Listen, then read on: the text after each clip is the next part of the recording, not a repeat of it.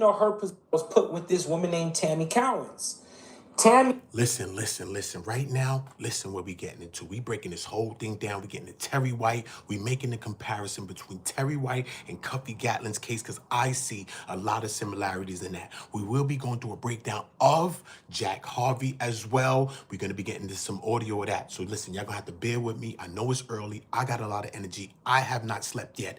And I know you don't wonder where I got the energy from. I don't know either. Don't let me answer that. Listen.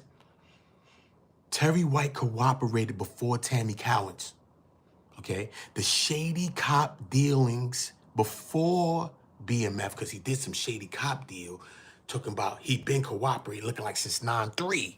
Since 9-3, Terry been cooperating with them people, bro. Looking like probably before that, I don't know, allegedly, but I know for a fact, we could say 9-3. He was cooperating during, what was that?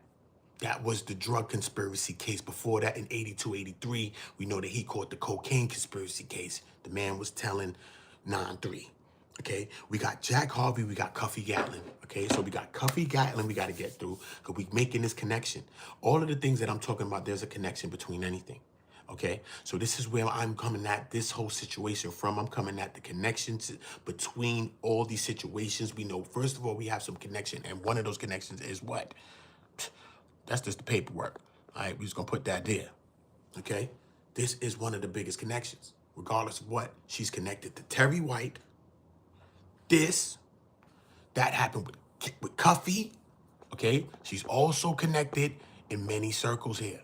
So we're gonna put all these plays together. We're gonna understand what is really going on. That's all I wanna understand, man, is what's really going on, y'all. So salute to everybody. This is the Go Network. This is the Go Sector. We vibing out. I know it's early, so make sure y'all all dropping likes on the way in. And make sure you're notified when we dropping new content, all right? We don't want y'all to miss out on what we doing. We got some dope conversations, dope interviews on the way. Send it around these things with some people that you may be watching as well. And you might like the content. So we got a lot of great things that we got planning. I got one conversation that I got recorded already. So, you know what I mean? Chill, we working. We most definitely working, but let me put something here for us. Come on. This is the tangled web we weaving, bro. This is the tangled web we weaving here. All right, y'all? This is the tangled web that we are weaving, right? So we just going, as this chat warm up, we just gonna play some audio. I just wanna listen to CUFFY GATLING's, okay? We warming up, we in the morning. Let's rock. Tammy was communicating with me regarding, her position, trying to help. They basically said, Cal, help Tammy. And because they knew that at the time, Tammy, she didn't know shit. She was just a pretty girl. Now, let me tell you what I know that was weird. We gonna rock Tammy out. was communicating with me, communicating. I'm also reading paperwork. I got the whole paperwork. I got the case. I got another part of another case that he was involved. I got a lot going on here. So everything we need, we got it. So y'all just rock out. Let's just listen to this because there's a connection between this and Terry and Tammy and Jack Harvey and Big Meech and Keith CROMER and all of this, bro. Even TFO Aguilar. Even TFO Aguilar, Task Force Officer Aguilar. You didn't hear nobody talk about that. Even Task Force is connected, bro. It's all connected, man. So we just gotta listen in. Communication, she was telling me everything was going on, and then one day she disappeared. She ghosted me, and I could never figure it out. And I'm gonna tell you something. The first time I met her in person at the Intercontinental in Buckhead, and she came across very striking, but it was something I couldn't put my finger on because I was like, how does this type of woman get involved with these ghetto niggas? What the fuck is, I couldn't figure it out because she seemed so out of place. You know what I'm saying? But at the time, I didn't question it. I just did what I was asked to do. Everybody drop a like on the way in. Salute to y'all. Just a couple of people we need here. We just drop a couple of likes. That's going to make us go right. See, one person dropped. Can somebody follow that real quick? Let's start this early. Salute, man. Good morning, man. Top of the morning, man. Top of the morning to you, man. Bless you. To do, which was to look out for the family. So I was looking out, trying to connect with her. I was dealing with Tony at the time. They were trying to do their little BMF wives shit. And long story short, I held Pops down, Wayne down the entire time he was out in jail. Took care of some things for him, so he came home. you know, we had already been writing on the story based on Pop's perspective and involvement. And then he put me with Sosa, and Sosa blew my head off because no one in the organization, no one around could tell me about the old school shit. All I could tell me is about, you know, going forward from California, how everything came to be. Well, see, Sosa and myself, we all before all of that. You feel me? Right. Sosa is a day one nigga. Top of the morning, y'all.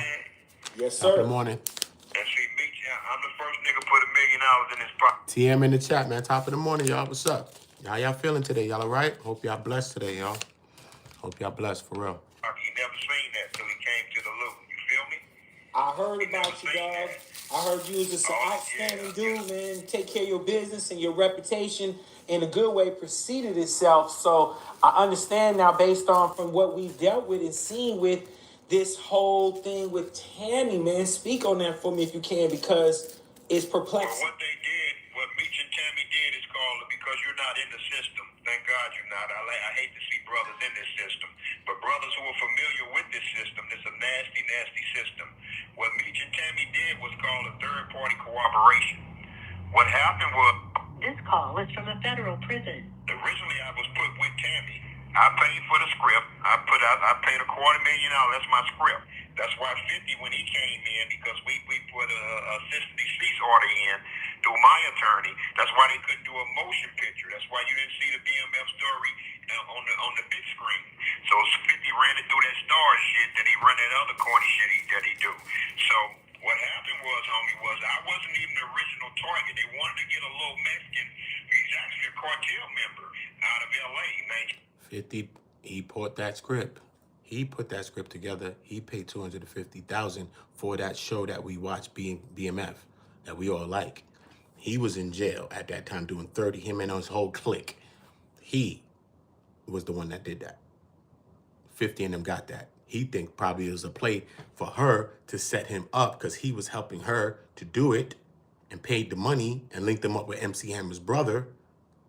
And then he feel like maybe that was kind of part of the play. Besides anything else she set me up for, to just, whatever, get him a time cut. That's what she wanted to do, get him a time cut. So that's why she did this, she's saying. But then he feels also that you try to do that so that you could take my script.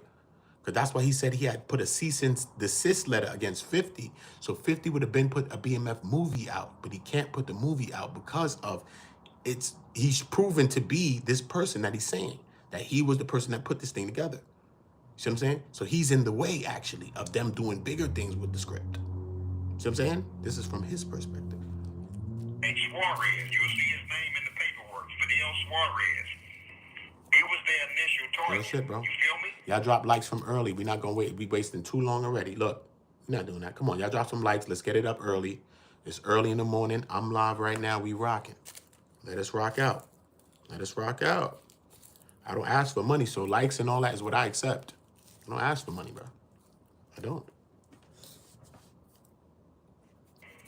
Right. He was their initial target.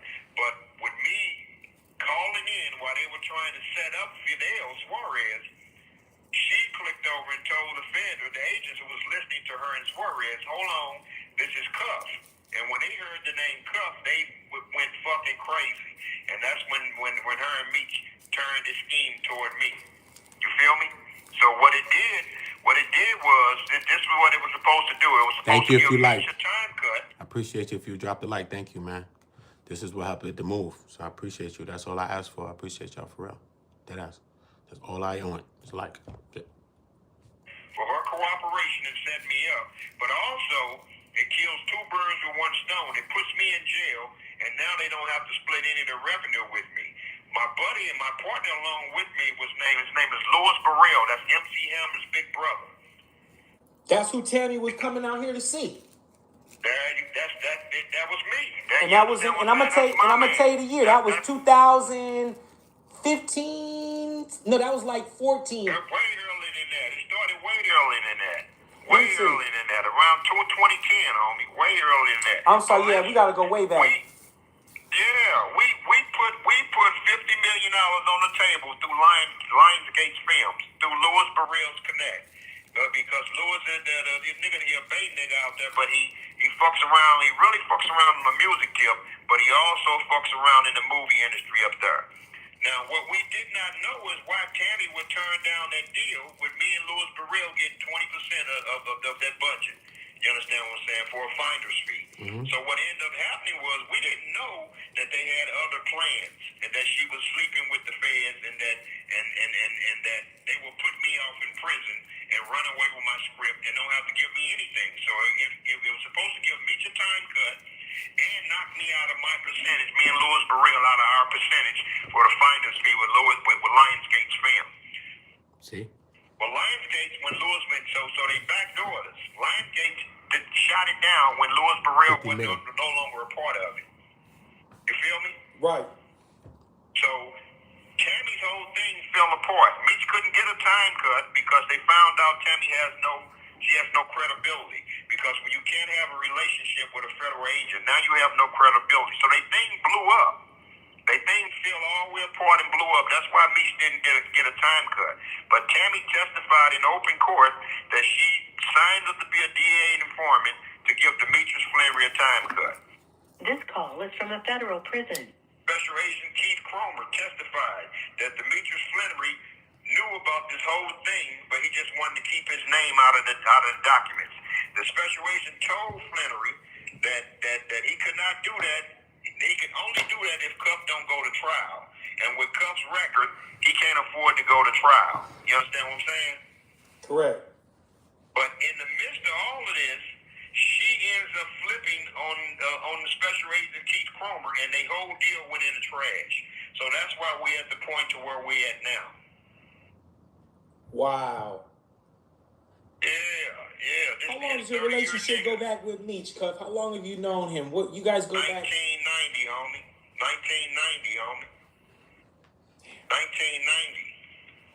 My beautiful daughter that you talk with, my son, and my other daughter, they look at this nigga, call this nigga uncle, homie. Now, from my understanding, you guys reached out to him when the paperwork came down. She said that you knew who the CI was, and you told her and her mom, and you guys sent a message to Meech. What was his response when this stuff came down and you were like, "Yo, bro, what's going on?" What did you get from Meech? When I got locked up, homie, and when I seen where this whole conspiracy was coming from. We go into a breakdown. We have all the Terry White paperwork. We're going to go into a breakdown next of Frank's Harvey. But I don't want us to forget about the Cuffy element. This is why I'm playing this part first. Because there's a connection within all of these cases. There is a connection. So I don't want us to just keep going further this way without understanding that they all coincide with each other somehow, some way. Don't look at Terry White's case as separate. Don't look at Cuffy's case as separate. Don't look at Big Meech and them as separate. T Stucky and them as separate. You know what I mean? Son, a lot of this shit is all connected. Straight up. So that's why I'm just gonna play this one. I'm not gonna play all the Cuffies. I'm just gonna play this one, and then we're gonna go next into the Frank Harvey. That's it. I laughed at it and I didn't believe in it, and I knew that Meech could come forward and kill the whole conspiracy. Jack Harvey, my bad. Just saying, if the conspiracy is based on Meech communicating from Tammy, sending me a truckload of drugs, it's all made up from jail, homie. He could have killed this whole deal. Look. They never had any drugs. You understand what I'm saying? But that's how conspiracy works in this system, in this nasty system. But when Meech shot down the offer, when we sent my text on Meech communicating from Tammy, sending me a... All right, so when he's saying this, I just want to make this clear, because some people are, I don't know. So I just want to make sure when I'm moving forward, what I leave behind, that we understand that. I've been making mad videos, and some people still don't get this. So when he's saying that, he's saying, look, bro, listen again, and I'm going to show you what I'm saying. Look, so we can move forward and literally just leave this in the past. Look. Came down and you were like... Coming from, I laughed at it and I didn't believe in it, and I knew that Meech could come forward and kill the whole conspiracy.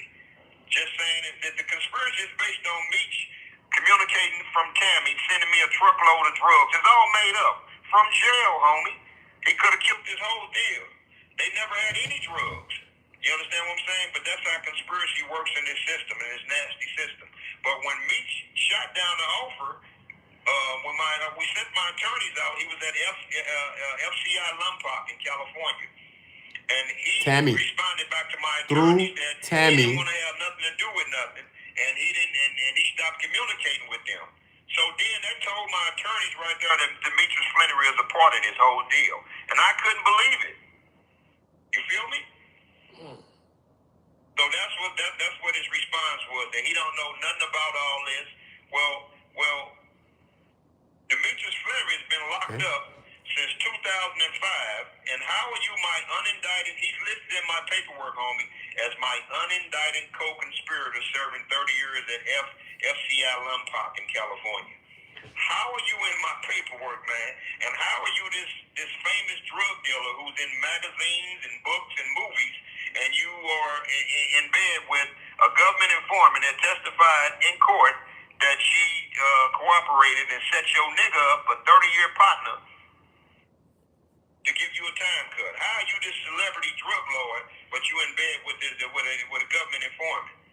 And how you not know about this? And you in my documents is my co-defendant, my unindicted co-defendant. Okay. You're in his documents as his unindicted co-defendant. Okay. It says Flannery arranged through Tammy CS1 to make Fidel Suarez. The paperwork, I know it in my head, so it's cut off in half. This is the middle of the page, but I understand what's on the whole page. See what I'm saying? Out of all the pages. So Flannery arranges. First of all, this is a federal paperwork. You arranged this whole thing. So the man that didn't arrange it got 27 years. Do you hear what I'm saying to you, man? He didn't even arrange it. Cuffy did not even arrange this thing that he's in. And he took a 10 years for that and a 17 years for the weapons. Right? But yet the man that arranged it and is in jail doing 30 years while he's doing it. He's in jail, my nigga. So if he's not the biggest nigga in the whole world, he's in jail and he's just organized a transaction, a suspected drug distribution conspiracy with Flannery, Dion Gatlin, and Suarez. They said Flannery first in his case. This is Cuffy Gatling's case. They said a suspected drug distribution between Flannery comes first over there. Then Gatlin, he comes up second in his own paperwork. This is his, Frank's hearing. He is trying to suppress evidence. He's been granted at Frank's hearing. I just read to you Terry's paperwork in my last thing, and I read to you in the part when he was going through the motions for suppression, and they did not grant Terry a Frank's hearing because he did not have substantial evidences. He was making claims against Tammy and saying Tammy was a rat bat and all this stuff, but he didn't have no real proof, and she had mad audios and different kind of things that she had on him, and she was setting him up. She recorded him. He was God. He was God. You know what I'm saying? The nigga was God. Terry, as far as Terry goes. You know what I mean? And he was cooperating, so we didn't even got to deal with Terry and give him no more light like that. He lucky he's on my thumbnails and we talking about he's a cheese eater. So it's all good. You know what I mean? Could be not dealing with the cheese eating, bro. I threw out all my cheese in my fridge, too. No dairy behind y'all rats. Irvin, salute, bro. Or no dairy. I'm going no dairy behind these rats. So look. So regardless of anything that's here, that's on this page right here, okay? And y'all all can see it. Go to Dion Gatlin, Frank's hearing on Google and find it. Dion is spelled D-I-O-N-N-E. 2 N's and an E. D-I-O, 2 N's and an E, right? Dion Gatlin, Frank's hearing. Because Frank is the name of the hearing, so Frank apostrophe S hearing. Boom, right? So when you look at the thing, right? So when we back up from here, right? What's the key word? Look right there. This is Tammy's name. So you don't find Tammy's name because some people don't understand paperwork. This is Tammy's name. This is how you say, where's that? This is how you say Tammy's name in paperwork, in legal paperwork, because she's a confidential source, number one. She's the main source of information for this actual case, okay? So anytime you see CS1, they're talking about her, okay? So that's how they have to write it in their paperwork, okay? They write it like that because they have to protect their confidential source, the person that is telling or informing them on things. They don't want to give up their identities so that they don't jeopardize their lives or their livelihoods or the livelihoods of their own family and stuff. See what I'm saying? So they put it like this. So that's Tammy's name.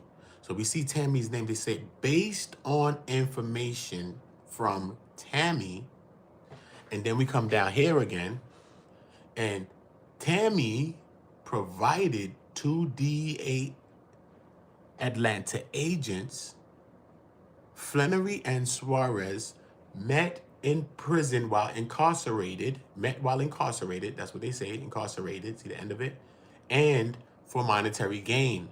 So then they go further to say what gains it is. So much so they went to go get so much gains that Tammy has told us that Flannery has arranged, because he's supposed to give him some birds, so Flannery arranged through Tammy to make the connection through Suarez to supply multiple kilogram quantities of cocaine to Gatling. This is a big problem. During the Frank's hearing, while Cuffy's Frank's hearing, this hearing, he said he'd been trying to get to Meech to say, yo, bro, he said when he first found this out that she was the snitch, he's like, all right, cool, it's wow, she's the snitch, but regardless, they got Meech in the paperwork. So even if they got the snitch, I think they messed up because all Meech got to do really, if I'm in the case, I've been locked up before, bro. So I know the feeling of you feeling like you could get by with something and it don't work out for you, bro. Because a motherfucker ain't probably come through, bro. So I can get the feeling of this. So just try to think about what he's saying for a second, right? Boom. I'm in the trial. I'm doing the Frank's hearing, bro. You know what I'm saying? At the end of the day, they saying that you arranged this, bro. This is a big part of what they're saying of why they got this affidavit to come do what they're doing to me, bro. All of this is their affidavit. All of this is why they're giving it to the judge to say, Judge, this is why we need our warrant. And the judge says yes after he reads all of this. So if some of this is fake or any of this is fake or a lie, then that calls into question this affidavit. And the reason and why y'all had it. So y'all probably didn't have the probable cause to do what you're doing to me. Even if you think you did find something out about me, so what? You gotta go about the right means of acquiring it as well. As citizens, as people, we have rights too, you know. They even got rights. They gotta do things in a certain parameters of how they investigating you. They just don't go on the cuff and say, hey man, we just gonna investigate this guy. Yeah. No, bro, they gotta go through their own parameters and their own steps and legalities. You feel me? So when you see this is the problem he's having. Because if Meech said during that trial, whatever he said, yo, bro, I don't know what this bird is talking about. She's lying, bro. She works for me. She works with me. I love her. I got a lot of love for her and all that. But at the end of the day, I did not arrange nothing. I didn't talk to her about nothing. I didn't tell her about nothing. And she is dead lying, period. That alone creates the reasonable doubt alone, whether it's true or a lie. That creates the reasonable doubt. So if Meech fuck with him and he's saying you snitched on me, I'm just saying, at that time, he didn't feel that Meech snitched on him when he was asking for help, though. So he didn't believe that Meech snitched. He like, they got her snitching? Damn, that's crazy, but I got Meech, nigga, and that's my man. I know that nigga from 9190. So that nigga ain't about to roll, and that nigga in there doing 30 right now, nigga. The fuck? You got the wrong one, baby. I'm outside then. Fuck that. That nigga in there doing a 30. The fuck? That nigga took a 30 just now in the chin, dog. What are you talking about, bro? I'm outside, nigga. I'm outside. What he gonna do? Rat on me, roll on me? He's already doing 30. What the fuck they gonna do then? Nothing. The fuck, nigga? There's a difference between 30 and 35, nigga. It's a difference between 30 and 40. Nothing. Nothing. When you're in jail, fuck it. That's what it is. It's kind of selfish to think like that, but I'm just saying that's how some people think. You know what I'm saying? But he never helped him, bro. He never helped him. And I just had to question why he never helped him. So if Meech ever talks, I just want to know why he never helped Cuff. Operating individual, so she wasn't even a confidential. We listen to Jack Harvey. Shout out to Henny. In the whole 9 yards. So this part gonna tap in with Henny. pertains to the information that. Shout out to my sis Henny, you know what I'm saying? Because she doing what she doing, her shit. Feel me? Shout out to my sis. Rocking with her. You know what I'm saying? Because she got her angle, she covering. You got my bro, Sean G. I like how he coming out the case, boom. A couple of other people coming out the case in their own ways. Shout out to everybody that's coming at this in their own energy, in their own perspective. You know what I mean? Sometimes I bring a little humor, even though this ain't a funny thing. I only really joke on Tammy, and I joke on Keith CROMER. That's it. You know what I'm saying? Because Keith lied, said he never hit Tammy. He's lying. And my opinion, Keith, leave me alone. And Tammy, I get around, round we go, I get around. You know while Pac was dancing, she was getting around. So whatever. So that's the only reason why I joke on Tammy. That's it. You know what I mean? That's it. And she said, I can't find the affidavits if I could find them. After she want to change her story from this, you know. The lady tried to change her story from this, change it, flip the whole thing, then tried to blame it on Keith CROMER, the man, the agent, better yet, special agent, better yet, supervising special agent, better yet, that's leading the case, better yet, sexing the man down. I want to sex you up. Bruh, for 8 to 12 months, having sex with the man during the investigation and all this stuff that you're doing. Come on, bro. If those things wasn't a means for a dismissal or something, bro, come on, bro. You can see it in the case, though. They wanted Cuffy because of this, bro. This is who Cuffy is. He been did this since 90s, bro.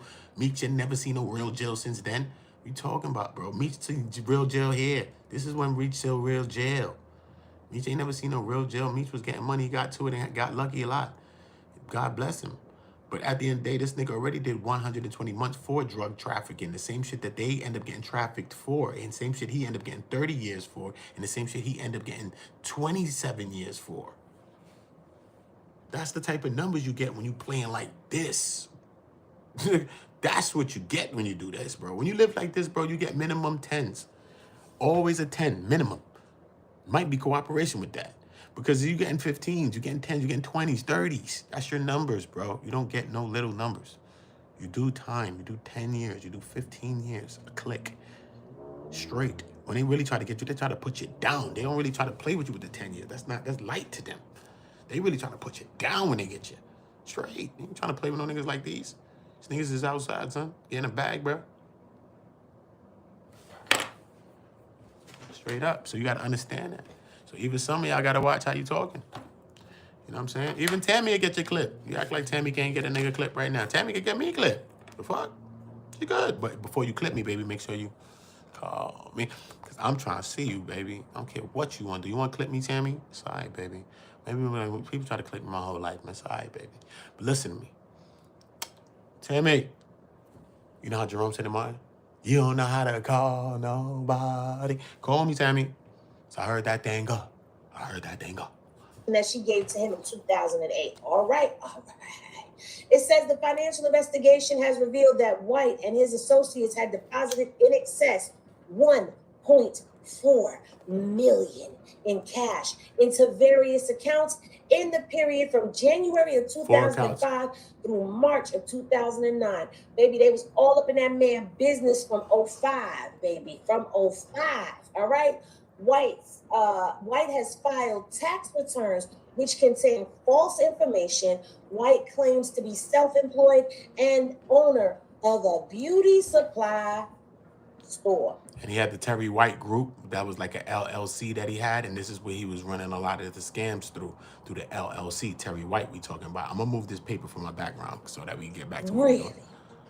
This is where we at now. Interesting. Where we at Very now? We're here. Now, pay attention to this part. A cooperating individual, herein referred to as Jack Harvey, CI1, began reporting to DEA in May of 2008. Now, they lie,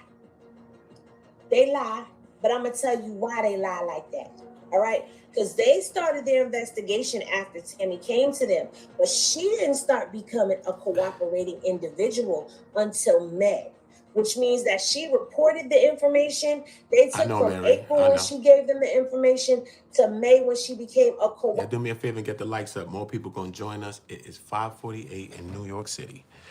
Okay? Congratulations to me for being up, looking up like this, right? Congratulations to you for being up right now. And we getting the information, because that's what it's all about. It's not about us. It's about the information. But we need more likes so more people get the information. That's it. YouTube, do not be sending out my noties like that. They don't. They try to hate on a brother. So I need some of my brothers and some of my sisters to do this with me and drop some likes in the building. Because no matter the hate that they want to throw and dash, like Oprah, you get some hate, you get some hate. They're trying to come from under the chair and give you and me some hate, y'all. It's all good. It's all good. Let's not be mad with the haters. And this one right here, because that's the people that I'm talking about. Really, I can't say no names. But let us get the little likes up so that we could be vibing. And I'm here 420 and we vibing. Salute to y'all. Top of the morning to all of y'all, man. Top of the morning, y'all. Hope y'all day is blessed, starting best, ending good, wherever y'all at. We are all in different time zones.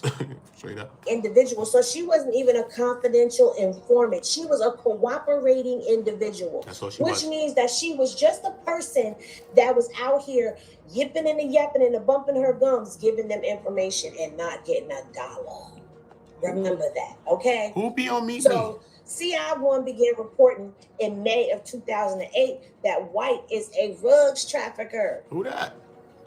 Frank Harvey? Who during 2006 to 2009 boasted to CI1 of his drugs prowess. According to CI1, White has stated that he would spend several hours a day on his computer tracking United Parcel Services, UPS, packages online, that because of his online work, White would know immediately if one of his UPS shipments hadn't happened to be delayed or intercepted, and that White would pay $150 for shipment of UPS crate, but would make a profit of $2,500 a week. $2,500 on each kilogram of cocaine and $300 on each pound of Mary Jane that successfully made its way to Atlanta and ultimately sold by White or one of his subordinates. Now remember, when we left off from the series, 2009? him and his friend Charles Revere, they had gotten picked up by the DEA and they was arrested. Yeah, so this is what we talking about when we talking about what we talking about right here. That right there is what he told Tammy. Okay? CI1 also advised that White's regular drug stores. Oh, well, I done already said it. Oh, well, we 9 minutes in. If they gonna get me, they gonna get me. You know what I'm saying? Anyway, CI1 also advised that White's regular drug source of supply was a Hispanic man known as Yeager. The Yeager subject has been identified by DEA as one of Edgar Herrera, date of birth 4/13/1974, an American-born convicted drug felon who is currently wanted in a second drug case on a federal arrest warrant issued out of Brownsville, Texas in January of 2008. So now she done snitched on this dude, Yeager, who turns out to be Edgar Herrera, okay? And he got a warrant. CI1 advised that Terry would also talk drug business with Yeager on a walkie-talkie, a device that is commonly known to drug agents as a direct. Make sure y'all checking out That Girl Henny, man. This is That Girl Henny, man. You know what I mean? She's doing most definitely some good work on us right here. And this is what we listening to. So salute to everybody. Make sure y'all drop a like in the building. Appreciate y'all. You know we rocking out. Connect, push to talk, Nextel, or Boost phone. Child, she giving it all up, ain't she? She giving it all up. All of it. Okay? Now, I'm going to let y'all in on a little secret that y'all going to find out on Tuesday night if they don't tell you in this part right here. Yeager's part of the cars that tell. She's snitching on cars that tell people. Not the cars that tell. Scandalous. She's so scared. She's so scandalous. In the course of the current DEA investigation of White, CI1 engaged in over 40 telephone conversations with White between September of 2008 and June of 2009. The conversations were recorded by DEA with the consent of CI1. In 3 of those conversations recorded on December 11th, 2008, May 1st, 2009, and May 6th of 2009, White interrupted the call with CI1 in order to speak briefly with Yeager on a second phone, his direct connect line. Because White used the speaker device on the second phone, both his voice and that of Yeager or Herrera could be heard by CI1. Baby, she listening in on the conversation. You know what I'm saying? Okay, yes, the cards that tell. I don't know if it's okay to say that out loud, so I'm just gonna play it safe. You know what I'm saying? Because, okay, so we read that part already, so yeah. CI1 can hear it and also capture the recorded, also captured on the recordings made by the DEA. So because she was capturing the phone calls, the DEA got the phone calls too. Diabolical. In the May 6, 2009 recording, White and Herrera are heard discussing an expected shipment, with Herrera saying the first thing is supposed to come in within hopefully the end of tomorrow, or, you know, before the week is over, hopefully. And White responded, all right, call me when you know something. May 6th was a Wednesday. Although both White and Herrera were believed to be frequently changing telephone numbers during the course of their drug business relationship, and they were believed to be using certain telephones to communicate only with one another, DEA did learn in March of 2009 that White was utilizing a device operating with a telephone number, and there's the number, and that the push-to-talk number assigned to that device was, there's the device, push-to-talk number. Oh, let me zoom in a little bit for y'all. Let me see if I can zoom in so y'all can see. Yeah, I see that. Salute to everybody. Y'all drop likes in the building. You already know, man. Good morning to everybody. Good morning, Hot Boy in the building. Irvin Mack in the building. Ryan Everett in the building. Mary Truth. What's up, Mary? How you feeling? All right? I don't know what's going on. Is that the first words Mary said in this chat? I don't know what Mary's on. Mary, what you on, man? Who are you talking to? I don't understand. Let me just do this for you, Mary, because I don't understand what the fuck's going on. Let's just figure that out. Boom. Clap that. Boom. Tim Burgess. Tarsus. You trying to put somebody in jail?